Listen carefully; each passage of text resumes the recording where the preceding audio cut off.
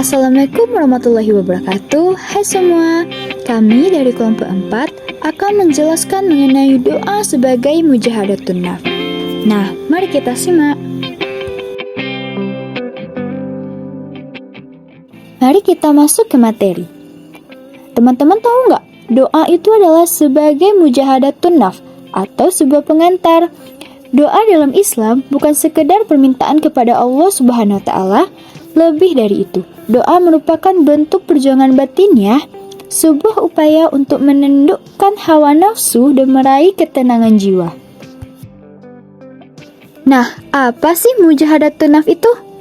Mujahadatun nafs adalah usaha untuk melawan dan mengendalikan hawa nafsu yang tidak baik, dengan tujuan meningkatkan kualitas spiritual dan moral.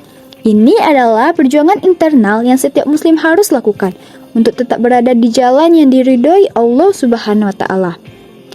Nah, teman-teman, mujahadatun nafs merupakan bagian penting dari tazkiyatun nafs, yaitu proses pembersihan jiwa dan hati. Tujuan utamanya adalah untuk membersihkan hati dari sifat-sifat buruk seperti ego, keserakahan, dan kebencian. Dengan memerangi nafsu yang cenderung kepada hal-hal negatif, seorang muslim diharapkan dapat mendekatkan diri kepada Allah Subhanahu wa taala dan mencapai ketenangan jiwa yang menjadi kunci untuk meraih kebahagiaan di dunia serta di akhirat. Nah, dalam Islam sendiri, mujahadatun nafs dianggap sebagai jihad terbesar yang harus dilakukan oleh setiap muslim. Nah, teman-teman, proses ini tidak mudah dan membutuhkan kesabaran, keteguhan hati, serta bimbingan dari ulama dan orang-orang saleh.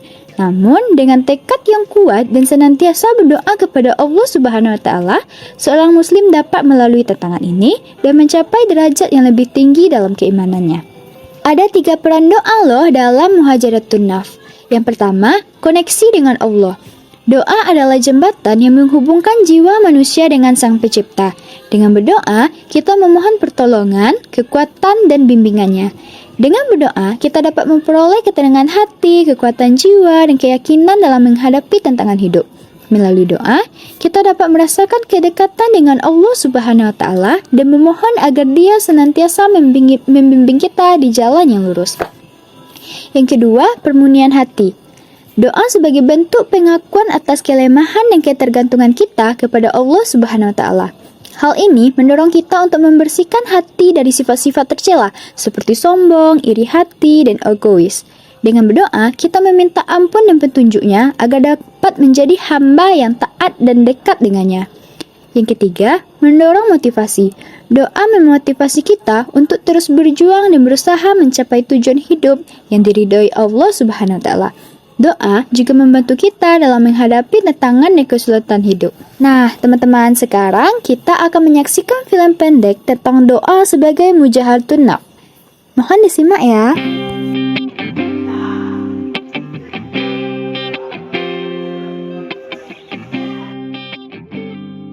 Iya, dari Kalimantan ya, hai. Besok. Pagi ini kita kan mau bikin tugas janjian gimana? Kalian bisa?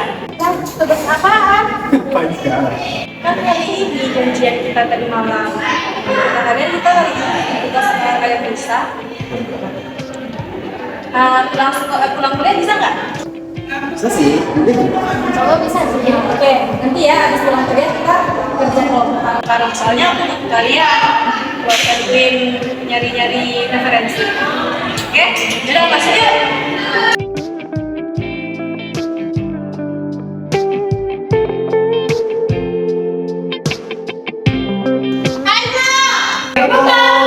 iPhone 15 itu keluar. maksudnya? Aku pulang update sih.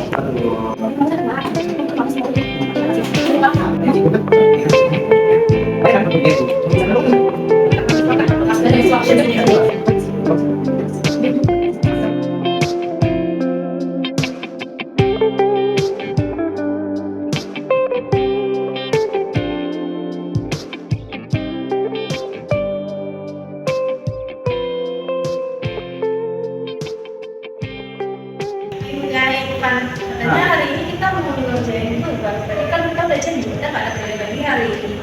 Kalian bisa nggak hari ini? Nanti aja, so. Nah, sih. Iya. Ya Allah, berilah aku kesabaran. Engkau pasti tahu, ya Allah, apa yang aku rasakan. Bersihkanlah hati ini, ya Allah, dari rasa kesal dan marah kepada teman-teman hamba ini. Sebenarnya Allah ingin sekali memaki, tapi ini merupakan ujian darimu, ya Allah. Ya Allah, hamba ingin teman-teman hamba ini sadar, ya Allah. Ya Allah, ya Rabbi, hamba mohon kepadamu, jadikanlah niat untuk mengerjakan tugas ini dengan rasa ikhlas dan hanya mencari ridhamu saja, ya Allah. Ya Allah, berikanlah keikhlasan dalam setiap langkah apa yang hamba lakukan hari ini, ya Allah. Ya Allah, hamba mohon kepadamu, berikanlah kekuatan dan kesabaran kepada hamba, sehingga teman-teman juga terbuka hatinya, ya Allah.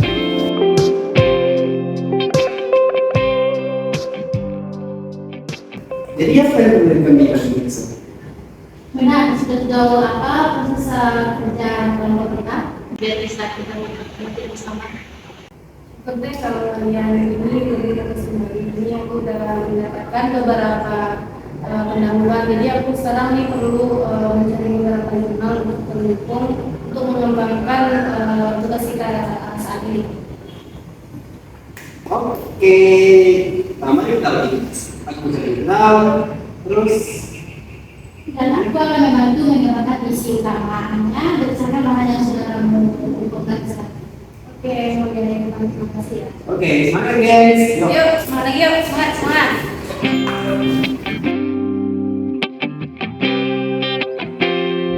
Alhamdulillah, ya Allah.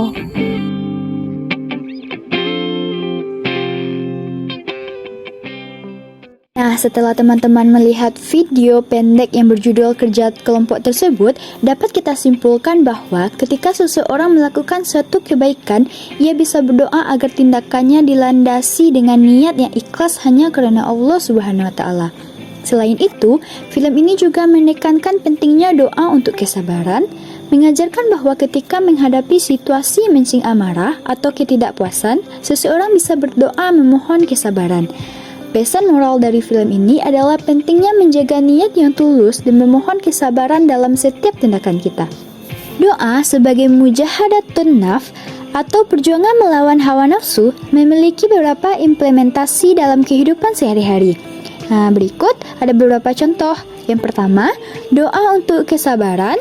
Yang kedua, doa untuk menahan diri dari godaan. Yang ketiga, doa untuk menghindari kebiasaan buruk. Yang keempat, doa untuk menjaga hati dan pikiran. Yang kelima, doa untuk keikhlasan.